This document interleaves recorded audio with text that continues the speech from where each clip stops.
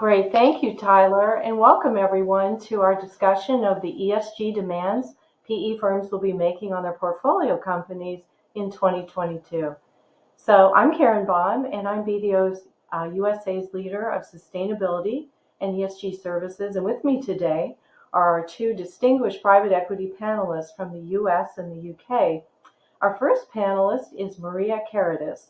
Maria is a managing director at Mayfair Equity Partners, a London-based mid-market GP who invests across the consumer and TMT space, where she's responsible for ESG strategy development and implementation. Maria works closely with portfolio companies to develop and enhance their ESG strategies, as well as with LPs to understand ESG drivers and reporting requirements. Maria has been with the firm since 2016. So welcome, Maria. And also joining us today is Peggy Roberts. Peggy is a managing director of the Riverside Capital Appreciation Fund, which is focused on controlled buyout strategy of companies in the lower middle market in the US and Canada. The Riverside Capital Appreciation Fund is a hands-on investor partnering with management teams and founders to deploy an active buy and build strategy and a large group of operating professionals who drive value creation inside each company. Peggy has been with the Riverside Company for 17 years and has been an integral part of developing the firm's overall ESG tools and strategy. So welcome, Peggy. So let's get started. I think it would be fair to say that we're seeing a tidal wave of interest in ESG all the way around the globe. And while some funds are just getting started on their journey, others are well on their way, have been working on embracing ESG for quite some time. So to frame our conversation today, I thought it would be helpful to hear a little background about your funds and how you got started on your journey. So Peggy, let's start with you. Sure. So you mentioned in your intro, we are a control equity investor. So we're investing in small private companies, generally with 10 million up to maybe 35 million in EBITDA. And we do have a very active hold strategy. So we've got a deep operating team going into the companies to work on initiatives. And then we have obviously our investing team and origination team going out and sourcing add-on acquisitions for those companies. So a lot of buy and build activity going on. So we started our ESG journey in 2007, actually. We developed a tool that we called the ESG and V for values index and used that during due diligence as a way to assess how our companies or potential targets were doing across those four areas, which I can talk a little bit more about later. And it wasn't until probably the 2016 timeframe where we launched a real sort of responsible investing statement across Riverside that said, this is what we're trying to do as a signal to our investors about how we were taking ESG seriously and outline some of the goals during our hold period of what we wanted to do with our businesses. And I'd say, Karen, since then, it's really been our European fund, not surprisingly, probably to some folks on the call, that has moved the ball forward significantly in response to their LPs. So their investors were saying, what are you doing about ESG? What are you doing about climate change? What data? Show us the data. Don't just give us guidelines and policies. So our European colleagues set up some great infrastructure. And now in the US, where I am focused, we've followed suit. So we've got a much more formal approach in the US as well, as our investors and increasingly our lenders are asking for more insights around ESG. Yeah, that's interesting to hear that it started all the way back in 2007. So that's a long time. Great. So Maria, tell us about Mayfair? Well, we were not in existence in 2007. We set up our first fund in 2014. And I think really some of our cornerstone investors at the time, who had clearly been around a little bit longer, had asked us to sign up to the UN Principles of Responsible Investing. And so we, as part and parcel of setting up the operational activity for the fund itself, we had the opportunity then to actually set up the ESG strategy from scratch. And so part of what I've been doing really in the early sort of last 3-4 years is really setting up our own operational capabilities and processes and formats for responding to data requests and things like that. And that really starts pre-investment for us. So we have within our investment process, all of our investment team are trained very, very regularly on ESG topics so that they can converse without having to wheel out the ESG person every time with management in a knowledgeable way on a whole raft of topics. And this year, for example, we're going to be really majoring on carbon literacy and TCFD analysis for the kind of reporting that's going to come down the line. But once we'd looked at that, it was how do we embed that within our processes so that it's just part and parcel of what we do. And I think we spent a lot of time thinking about it. We have an internal ESG, I call them our task force, and we periodically review our processes and our systems to make sure that we have embedded fully, that we are also dynamic enough to be moving with the market. And as the actual ESG frameworks are developing, we understand which ones we are responsible, to have to sort of provide data for. We talk regularly with our investors about what they need, because clearly they are going to be, a lot of them are much larger than we are and therefore fall into certain reporting standards that we do not. And, you end up there by stealth, because if your investor needs it, you're still going to have to provide that information. So we've spent a lot of time doing that. And I think more recently, I've been spending a lot more time trying to develop our reporting profile. What data points do I need to capture regularly from the portfolio to enable me to assess what's going on and whether or not what we're doing is having any impact, but also that I can report very comfortably to our investors as to what we're doing. And I see that being something that is very, very dynamic and will continue to be so until ESG really settles as a discipline in its own right. Yeah, very, very much so. I think your comments about the dynamic nature, it seems as though it's moving so quickly. It's important to stay abreast of what's going on. And so sort of on that note, how are you looking to integrate actually ESG into the investment decisions themselves? Maybe Maria, why don't you continue? Yeah, sure. So we have a series of investment sort of procedures that we follow, reports that the team have to write at various times throughout the process. And ESG is a factor in each one of those. So when we come to our investment committee paper, there is quite a large section on ESG. And again, depending on the profile of the business, we may already have undertaken some ESG due diligence or not. It just depends on how we feel what the ESG profile for that business is. But that is all discussed as part and parcel of what we're doing. And I think my aim has always been to enable us to look at not just the financial metrics and opportunities and risks, but also the non-financial opportunities and risks, so we get a holistic overview of that business. And so we've developed that more and more into what we're doing. And by the time we get to making a decision, we understand clearly where the risks may lie, what we want to do about it immediately post-transaction, but also where we see some really good opportunities so that we can hit the ground running on the opportunity side as well.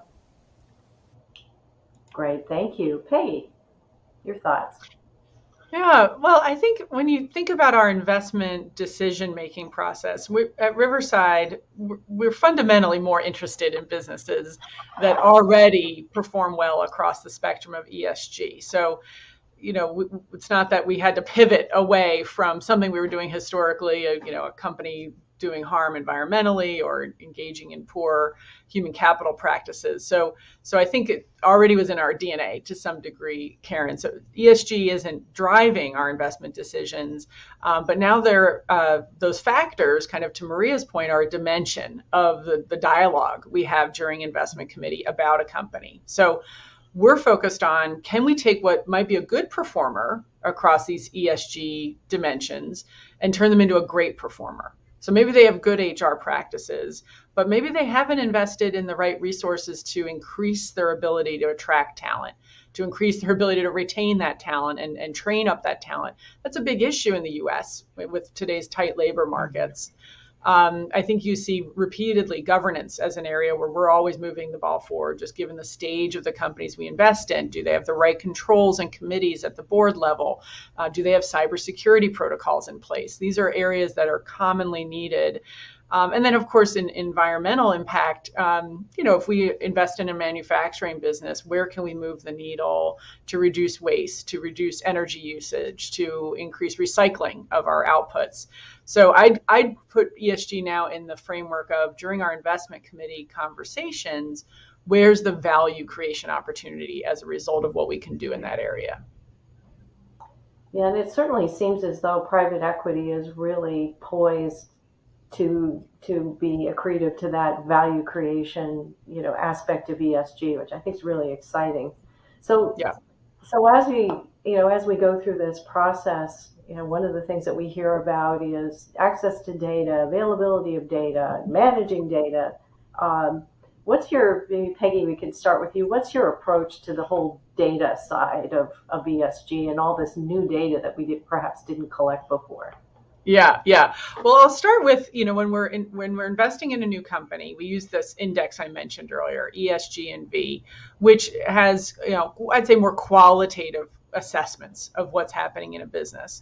And each of those verticals, the 4 verticals, has about 15 questions in there. That's when we're starting to probe on, what do you do around resources? What do you do around HR practices? Have there been legal issues that we need to be aware of?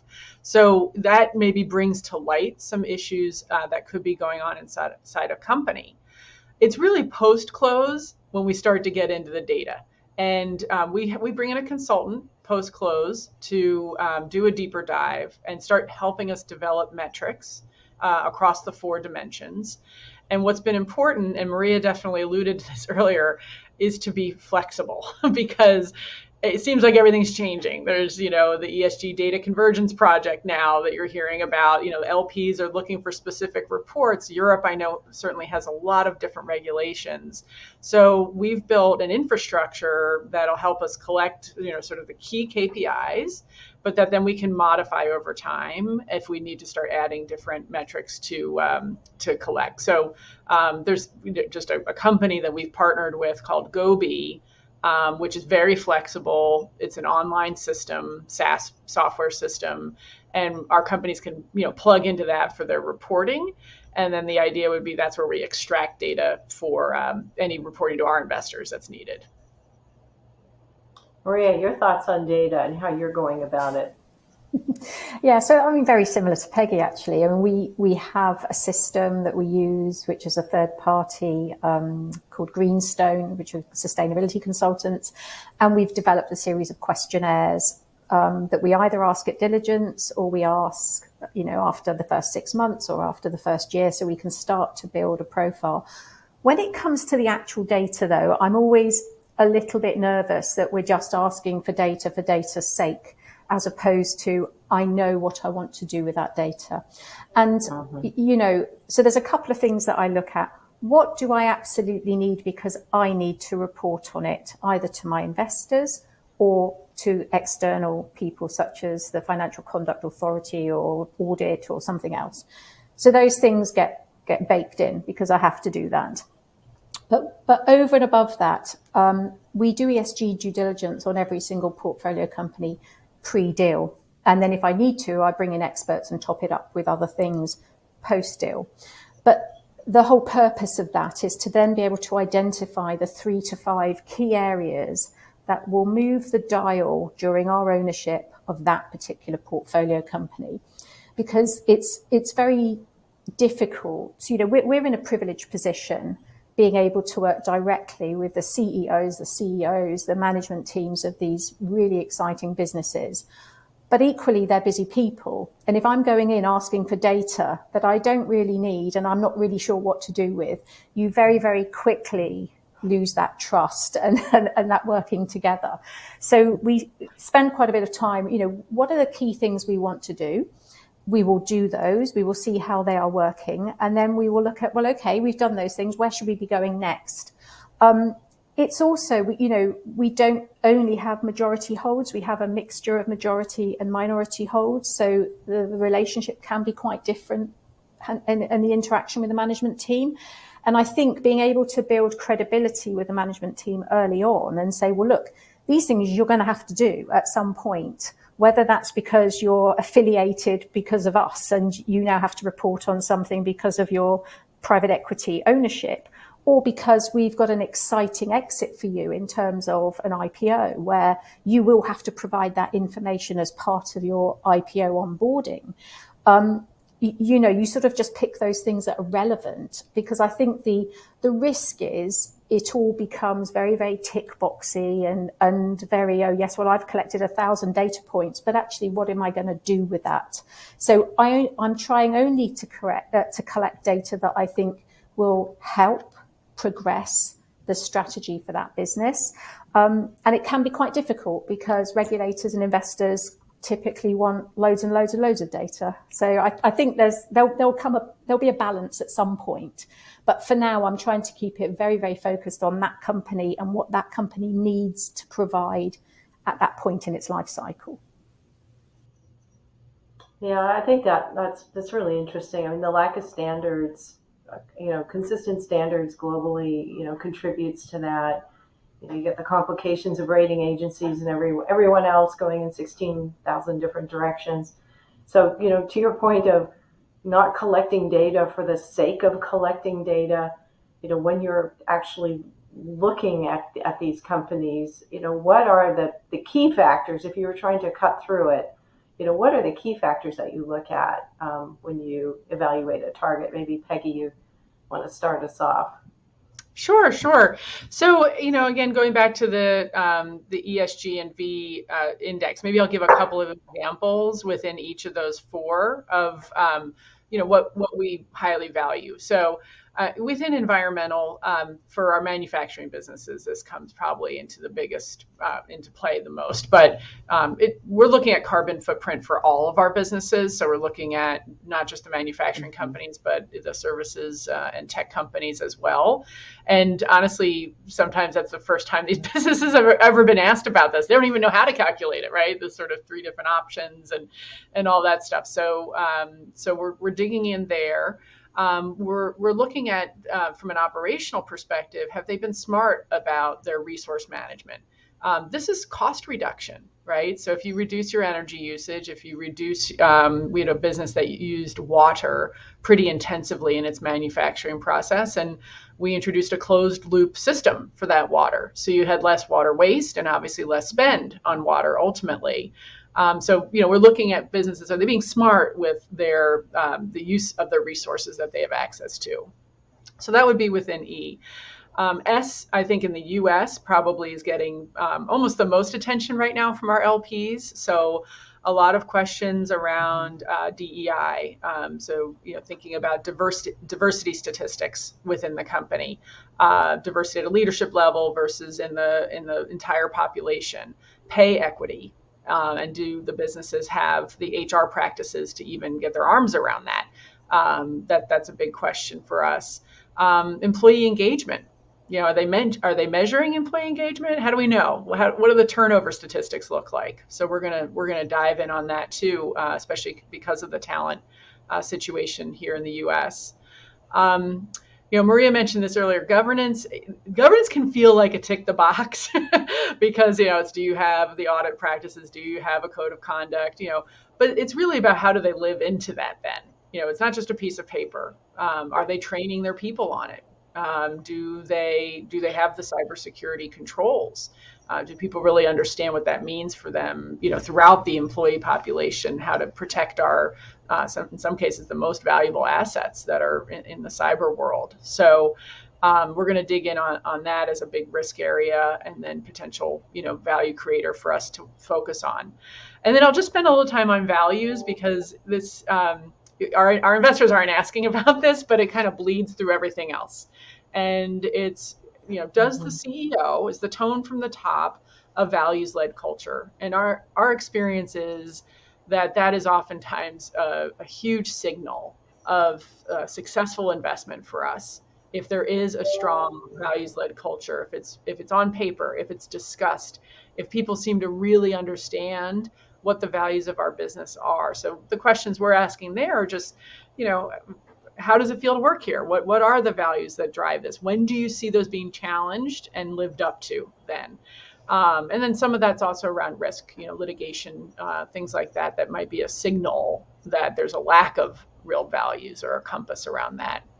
So there's a lot of things to throw at you, but as we look across the 4 dimensions and then sort of put that in front of the investment committee, those are some examples of what's underneath each of them. Well, thank you. I think that's helpful. I think for a lot of companies starting out, even figuring out where do you start is a huge challenge. So Maria, what do you look at?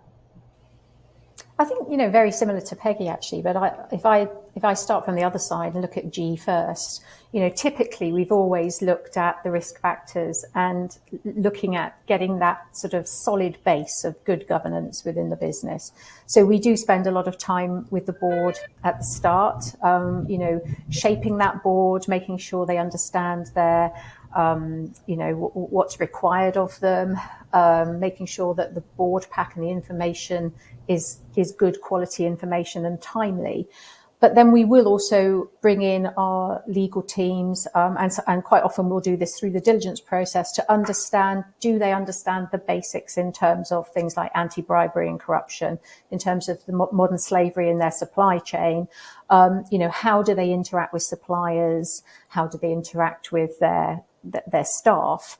And do the policies and the actual procedures that they have in place back that up? So what we quite often find is, management will be very good at articulating what they think the business does. And when you go into the business, they do something else because there's never been that training. It's not sort of fed down to the people doing it. And you can take a procurement function as a typical example. It's all very well for management to say, we will do X, Y, and Z, and we're comfortable with, say, the modern slavery. But if the guy actually procuring the raw materials doesn't do that, he's probably thinking only in terms of cost, because that's what he'll have been trained to do, and that's what he will have done for however many years. And so, again, we spend a lot of time asking them questions around training. What are they trained on, and how often? And how does that then fit into how the business is actually operational compared to what we've got on a piece of paper that says, yes, this is the policy. Then if we look at social, it's very, very similar things. So we're looking at employee retention, satisfaction. The larger companies, we do try and encourage them to have, employee satisfaction surveys. For the smaller ones, that can pose its own problems because people sort of say, well, it's not going to be anonymous and you're going to know it's me. And, so we have to look at different ways. And again, a lot of people have been asking questions on gender pay, gender representation. And again, you still have to be quite careful on how you broach that in a smaller business. So I think, it still has its challenges, but that doesn't stop us asking the question, and how are management going to deal with it and get the comfort that we need? If I look at things such as the environment, the big one that we spend time on is understanding the climate risks and opportunities. And we do that for all company, or every single business, regardless of whether we actually end up doing that investment. We will still do that work in the diligence phase, because to me, understanding a business, you have to understand the entirety of the things that will affect that business. And if you don't understand the physical and the transitional risks in terms of climate, it doesn't really matter what your balance sheet says, because you could wipe out your asset base very easily if you've got a manufacturing facility in the wrong country or in the wrong sort of location. So we do spend a lot of time doing that. And I think, being able to report on that to our investors and what we're doing to help management along that thinking, whether it's diversification in terms of their manufacturing base so that they've always got an alternative, Those things also may help with their carbon footprint. So they're not, freight shipping things thousands of miles if they've got something a bit more local. So that's how we tend to approach it. And we try and pick the 2 or 3 key topics for each business where it actually makes sense to that business and they can do something about it, and we can then see some improvements. Yeah, it's, just listening to all the different considerations, it's as though the risk landscape just doubled, but the opportunity landscape doubled as well, right? So it seems like it's such an interesting and diverse lens to be looking at a company through. So all very good. Appreciate your comments there. So kind of turning things a little bit, I think at the outset, perhaps in the last 5 to 10 years, there had been some reluctance in the investment world to invest in ESG and to perhaps to take advantage of some of the opportunities that are out there to actually change business models. And I'm just curious, and this question may be a little early to ask, but are you seeing positive ROI on the investments that have been made in your portfolio companies? I don't know. Maria, do you want to continue commenting? Is that something you've seen, in your current role or previous one? I would say not really. And that's, I think, previously because we haven't measured it. You've always had a gut feeling that having these things in place enables you to do something else, whether that's to attract more sales, whether that's to have better EBITDA, reduce your risk profile. But it's always been quite difficult to quantify. And I think going forward, I was actually having a meeting with somebody today where we were discussing how do we quantify the value that has been created in terms of the ESG side of the business into the financials.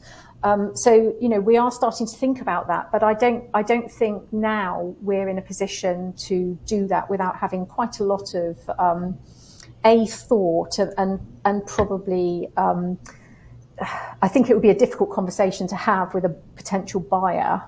We can provide them with all the work we've done, but being able to quantify that at this point in time, I think is difficult. And I think from the other side, I haven't seen a potential investment where anybody has put yet a financial value on the ESG credentials of that business.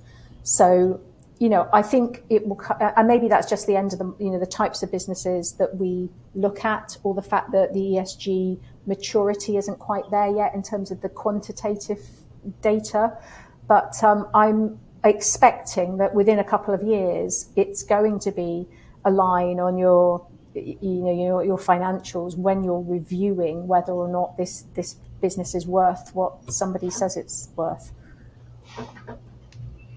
Yeah, and it's interesting. It's almost like it's a technical valuation question, but because of the availability of the type of data, and then how do you actually measure it? So I think you almost get into a theoretical question when you go down that road. Peggy, what are your thoughts on that?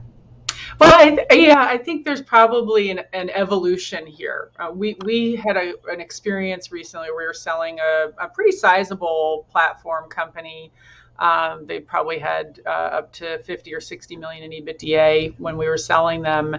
And it was a very tangible example of where the buyer was keenly focused on ESG factors. So I don't know if that was coming from their investors or if it was, an internal focus on that. But I think not only do I think it helped us get the deal done, I think it actually delivered value appreciation there, because they realized, when they were asking these questions that, that's not stuff we need to worry about, right? That's not investments we need to make because it's already been done. I mean, in this particular example, it was a very people intensive business. And so it was really important, if you think about the sort of the S and the G aspects, that they had the right systems in place. that they had, excellent training, safety protocols, low turnover management, sort of just thinking through all the different footfalls when you've got a lot of people that you have to sort of attract and retain and develop. And this portfolio company could answer a lot of those questions very strongly based on the systems and practices and infrastructure that they developed. So I think, kind of to Maria's point, I'm not sitting here running an ROI model quite yet on this, but I think we're feeling it as an important part of our discussion when we're selling a company. Yeah, it's just interesting when you look at all that's been written about the value that ESG brings, and so much of it is, it's geared towards the non-financial, but it has ultimately financial implications. So yeah, just really interesting to see what this really looks like in real life as we continue to move down the line. So thank you for your perspectives on that. So kind of flipping this to the other side, what are some of the best practices that you've seen companies follow from an ESG perspective to make them more attractive? Maybe Peggy, continue thoughts on that? Yeah, for sure. And it's such a spectrum. So I don't want to, scare anybody off by some of the stuff we're talking about here. It takes time. I guess I would start at the top. So do you have the leadership, awareness, and infrastructure to do this? I've seen a couple companies have, kind of a mid-level employee, like you take care of ESG, and that's not going to fly. You really need the leadership buy-in and time spent on this. Sometimes I've seen a committee, right, sort of senior level team that's responsible for this, and that's where it really starts. So you've got infrastructure to own this and move the ball forward. So that's number one. Number two, I think there are, sort of well-documented approaches, articulated approaches to what we're trying to do, whether it's around the environmental stewardship and practices there, the HR practices, and then the controls and the risk areas, especially cybersecurity. I'll say that again because it is a very, very hot area on a few dimensions right now. So we've got documentation, we have infrastructure, and then we can point to, we've got training, right? So people, that example you used earlier, Maria, of the procurement manager on the front line, you can have whatever policies you want written, but if that person hasn't been trained and doesn't have that as part of their goals for the year, right, that we're going to live up to this. So if you can show that this is really imbued in how we're managing our team and developing our team, that's huge, right? So it does come to, just some strong infrastructure and investment in developing this stuff, starting with the leadership team. Thank you. Maria, what are you seeing? What are you feeling what makes companies more attractive? I think having the leadership is absolutely imperative, because I think, we invest in two areas, consumer and tech businesses. The consumer-based businesses are a lot more aware of what's going on and where they need to be.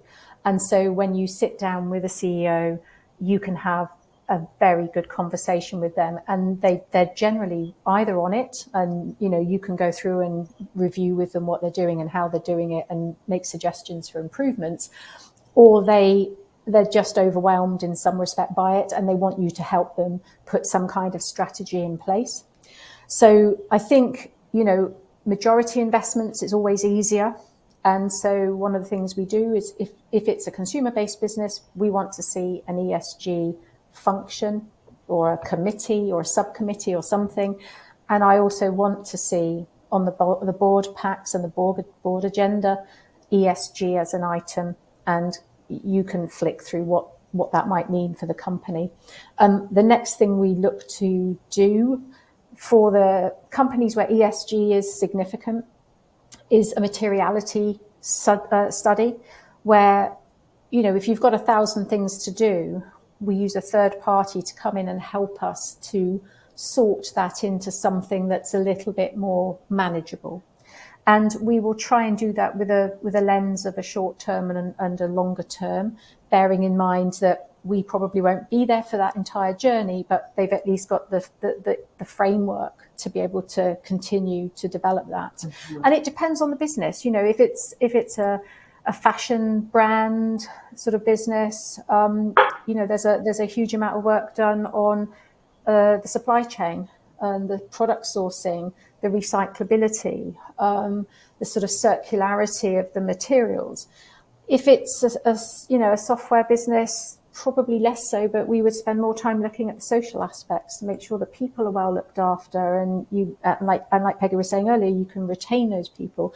But I think having an understanding of materiality for that particular business is really important, because it helps you to then set the strategy. And it will also help you to think about, well, what are the key KPIs that I need to be looking at a board level, because they will have operational KPIs that I'm not really that interested in, to be honest, too much detail. But that board level, what are the few things that we want to monitor and hold the management to account with? I've also seen more recently, and especially in the UK with government type of contracts, they are demanding more and more people have net zero strategies in place before they're even allowed to tender. So, if we've got a business that has a number of government contracts, then one of the things I'd want to do is make sure that that strategy is in place and that they have a good understanding of what net zero means for them and their business, so that again they can go to the party, because otherwise you can't even get into the through the door.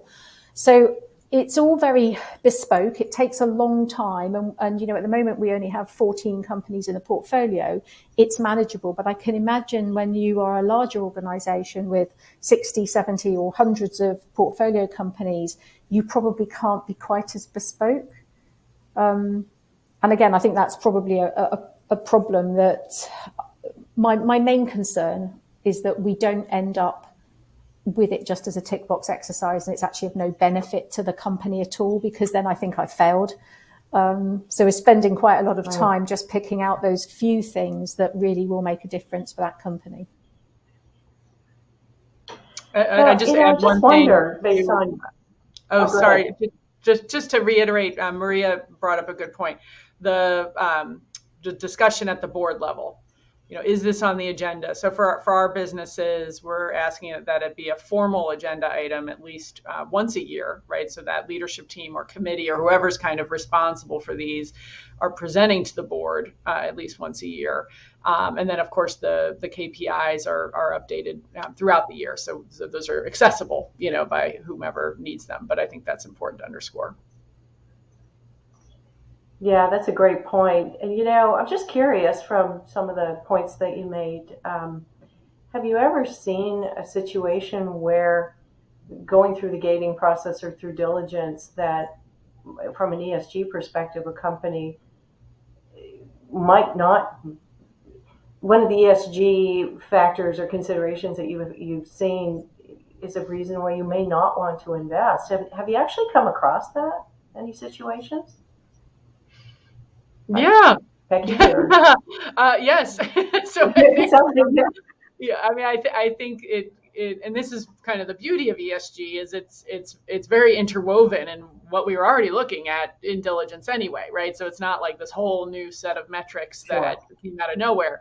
So we've had cases where maybe there was significant background of litigation, fraud, right, where we found incidences of fraud where we perceived, misalignment in terms of the values orientation of the C-suite versus the rest of the company. So yeah, it definitely, it underscores areas that we were already looking at that could be deal breakers. Mm-hmm. Maria, have you seen the same thing? Well, I think, we've got an exclusions policy anyway, so there's a whole bunch of stuff that we just wouldn't look at. And it might look attractive on paper, and then you work out it's one of your exclusions, and that's the end of the conversation. But I think the end of the market that we're looking at, I tend to see these things as an opportunity. If they haven't got good ESG credentials, I'm hoping that in time that's something that I can influence in terms of getting them where they need to be or they should be, and hopefully paying a lot less for it on the way in, and getting a lot more for it on the way out. But I think, it would have to be quite serious in terms of some kind of litigation that would mean we wouldn't do it, because I think these tend to be growth businesses, so they're running 1,000 miles an hour. All of the operational and that kind of thing takes time to catch up, and I think being able to go in and see the opportunities is where the opportunity for us is as the investor. I think also in terms of ESG, if we see that there is a big risk for something, or a risk, let's say it's cyber, where they haven't done any real cyber work, they haven't done any pen testing, they haven't done the things that we would have expected them to have done, we will get the diligence done to see what's the sort of, the scope of the problem. But then it'll be the first thing we do post-transaction, such that under our ownership, you can see a very clear difference there. But as of yet, we haven't actually said no to anything. It's just, thinking about where's the opportunity and how can I make a difference. Yeah, you mentioned that you have exclusionary rules about what you will and will not invest in. Could you share with us what that looks like, or what that policy looks like? I'm just curious. Yeah, I mean, there are quite a few of them, but for example, tobacco, alcohol, businesses that make strong alcohol, businesses that sell arms or are part of any kind of arms trade, businesses that deal with, biological modifications, genetic modifications. And I think, it's an area where, because the ESG agenda is growing quite rapidly, that I think we should be looking at more regularly to see, well, is there anything else on that list that just doesn't sit comfortably with us now that we have all this ESG regulation coming or in place, where we might want to add some other exclusions to that. But they're on the web, they're all on our website, the things that we currently exclude. But I think it's an area where we should be monitoring it going forward as the ESG regulations take hold and adding to it. Mm-hmm. That's interesting. I don't know, Peggy, does Riverside have exclusions on the funds as well? Yes, we do, and they're very, very broad. Well, I should say they're small number of sectors, but broadly defined. So things like armaments, we don't invest in. The so-called sin industries, we don't invest in. So probably some overlap with what Maria referred to earlier. I don't know that ESG will drive additions there or changes there, because we already tend to avoid heavy, sort of resource intensive industries, heavy industry. We don't do those types of investments. We're really business services, light manufacturing, virtual manufacturing oriented anyway. So I think where ESG is going to come into play for us is just kind of doubling down on that filter for the existing businesses that we're looking at. Okay, thank you. That makes sense. So just thinking about some of the differences in perception between, say, the U.S. and Europe, and one of those areas is around climate risk, and climate risks have been largely viewed as to be some of the biggest issues that we face today. And I'm just curious, since we have both sides of the pond here, I'm curious how you view climate risks relative to other ESG risks and opportunities that you're looking at. So Peggy, maybe you want to kick that one off. Sure. Yeah. So I get the sense that for the companies we're investing in, as I just said, we're more services, tech, and light manufacturing, really, that therefore they have a lighter environmental footprint. Climate risk is maybe a further bridge to cross. So when we're looking at ESG, the E aspect I would say it's probably focused more inside the four walls. What can you control? What can you improve versus overall climate risk and how we underwrite a new deal because of that. But I'm very glad we're asking these questions. I'm very glad we're starting with the inside the four walls, and then I'm glad that we're starting to think more broadly about climate. We've seen in the U.S., of course, recently significant weather events that have disrupted our businesses, no matter what kind of business they are. If you can't go fully remote, you need to get people into their offices. You need them to be able to get there safely, so it's real and changes are happening. So I'm glad we're asking the questions. But I think our LPs in the U.S., at least the U.S.-based LPs, are probably a bit more focused on the S right now than the bigger climate questions. Yeah, and that's certainly something that we see in the U.S. So Maria, tell us what you're seeing in the UK side of things.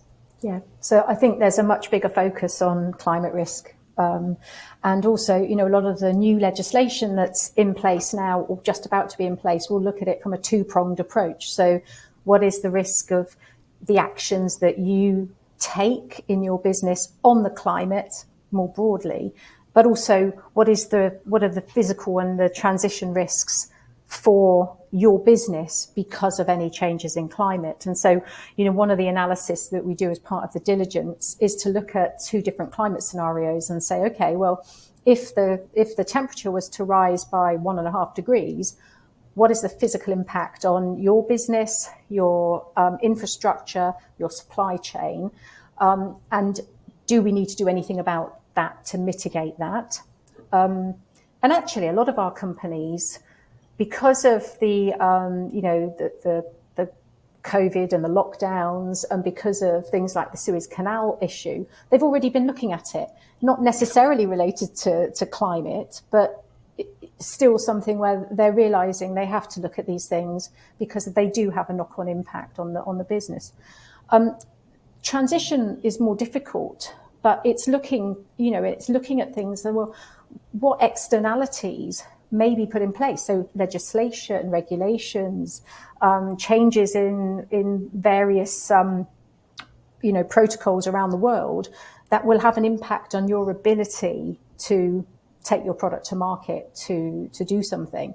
And a good example in the UK of that is we've got a new thing called a plastics tax. So if you're using plastic packaging that has less than a 30% recycled content, you have to pay a levy, an additional tax. And so, understanding and being able to see what potential things are coming down the line that may impact your business and modeling that in and working out, well, okay, what can I do about it?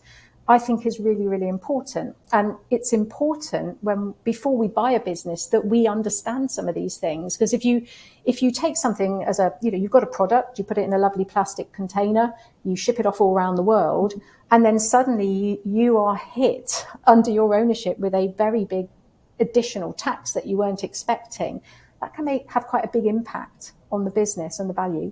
So I think it's more and more, it's becoming more and more mainstream. It's more and more important for us that we really understand that climate risk, as well as our impact on the environment. Understanding how the changes in the environment will impact us, I think, is incredibly important. Yeah, I think you raise a couple good points there. It's interesting. I had said, well, we're seeing in the U.S. that social dimension is front and center and has been really since COVID. I think just underlined a number of sort of social themes that were going on in the U.S., but particularly afterwards.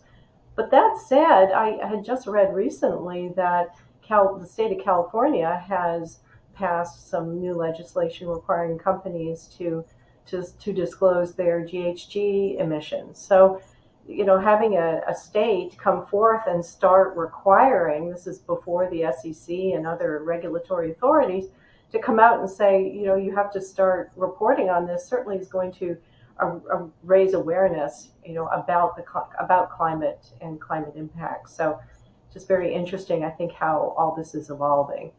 So, all right, so just one more question for you. Going about this ESG journey is certainly no small task, as you know well, and every company's journey is very much unique, given stakeholder requirements and the business they're in, and so forth. And so, for funds and portfolio companies who are just starting out, would you have any advice for people beginning their journey? Peggy, your thoughts? Yes. First of all, do not expect that you're going to turn into an ESG expert overnight. It is a process. And I would start with getting the leadership and sponsorship inside your company who's going to sort of have this on their plate. We use the SASB, so SASB framework here in the US as a sort of very high level guideline to look at, because it breaks it down by industry. So you're not sort of focusing on irrelevant stuff for your business, and it can start to introduce you to some of the categories and terminology and lingo about what you should care about. And then I think you literally just sit down and make a list of the things, like we did, honestly, back in 2007.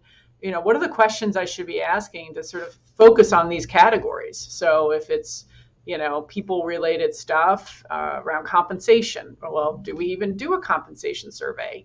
Do we measure turnover? Do we measure employee engagement? Start making that list of questions for yourself of, what you're doing, give yourself a grade, A, B, C, and then prioritize where you think for your business, the biggest benefit will come from. And that's largely what we're doing now with each of our companies. We have this consultant coming in. They're going to help us with, collecting the metrics, but then make a plan for where's the bigger value drivers from that subset of questions that maybe we didn't answer so strongly. And then let's start knocking them down one at a time. So, there are a lot of resources on the web. There's a lot of stuff out there that you can get access to without having to pay a consultant to. And then, of course, there are increasingly consultants who are doing a good job of, I'd say, lower cost, but still customized approaches to help you. That's great. Thank you. Maria, your thoughts? Yeah, well, I mean, I've been in that position not that long ago, where you're starting from scratch. And I think one of the things that I did was to call as many of my contacts in other GPs that I knew that could actually point me in the direction of their ESG person or somebody that could help me. And, people were incredibly generous with their time and sitting down and explaining what they did, how they did it, giving me contacts and, consultants that I could talk to. That was really, really invaluable. So, rely on your friends, ex-colleagues, neighbors who might know somebody to get started. Because sometimes I find if you just go to a consultant, they might lead you down a rabbit hole.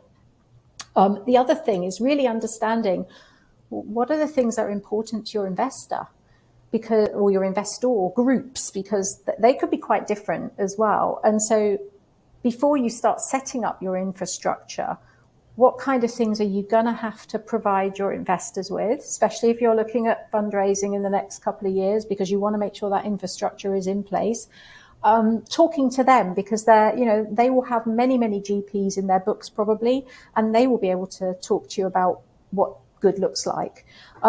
Possibly think about joining an organization such as the UNPRI to get a framework, or look at the framework for something like B Corp status, because what the B Corp does is it gives you a really firm framework on which to build your ESG credentials. And, we've spoken to some of our portfolio companies about that, but increasing numbers of GPs are also looking to join B Corp and to, because it gives you that good framework. And then I think finding those external consultants who can help, who, they might be only very, very good at one thing. And that thing is, say, doing your scope 1, 2, and 3 emissions work with you and your portfolio. get those people to, do a job lot, get a quote for a job lot across your portfolio and get certain things done. And that's really what, that's how I did it. A lot of talking to people, a lot of writing lists and thinking about what I needed to do. I think nowadays you can also get a consultant to do materiality study with you on what is important once you've done some of that work. They can also go out and interview your LPs and your portfolio companies and things to help with that process. And I think, get the basics right. Pick 3 or 4 things that are really going to be your foundation blocks for building and do them.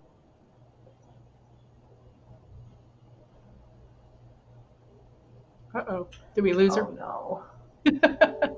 Oh, dear. Did we lose Maria? I think we might have lost Maria. Well, the joys of The joys of the internet. Well, I think that's the joys of when technology works, right? Well, I think we got most of that. And let me just check with Nina. Do we have any questions in the Q&A? We've got just 4 minutes left. Yep, we certainly do. First question, is ESG tilted more towards E, S or G in the lower middle market? Ooh. Well, good question. I think it's in the U.S. I think it's S and G. I think that's probably where our LPs are asking the most of us, asking us to drive material change and improvements. So I'd probably, if you have mostly U.S. LPs, that's probably where I would start. I think Maria outlined a little bit earlier the focus in the UK, and my colleagues in Europe say the same, that there is a lot more focus on E and climate change overall. So you probably have to be more sensitive to it if you're located there or your LPs are. Okay, great. Another question, I think we've got time for maybe 1 or 2 more, is what resources can portcos invest in to attract and retain talent, or how can they use HR to improve operational performance? Oh, yeah. Well, I mean, this is a big area for us to focus on. In fact, we hired our first full-time managing director of human capital that's facing our portfolio companies on our operating team about a year ago.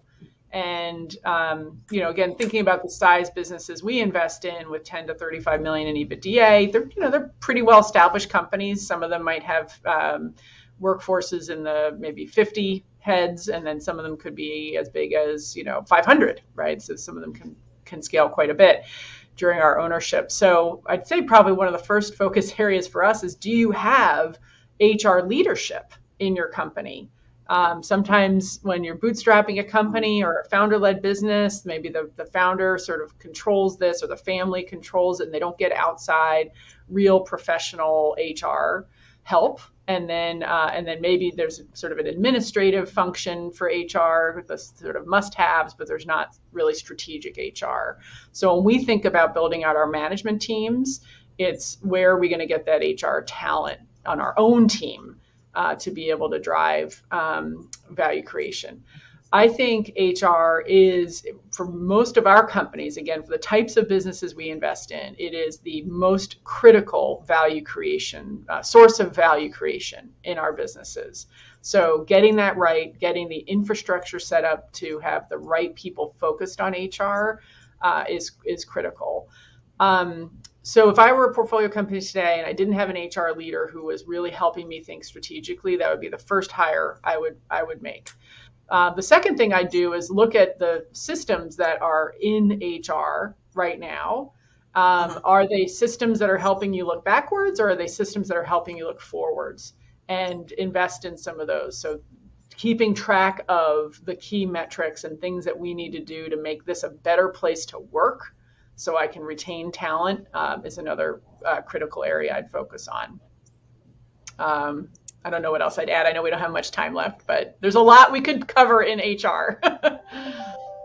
Okay, thank you. I think we've run out of time.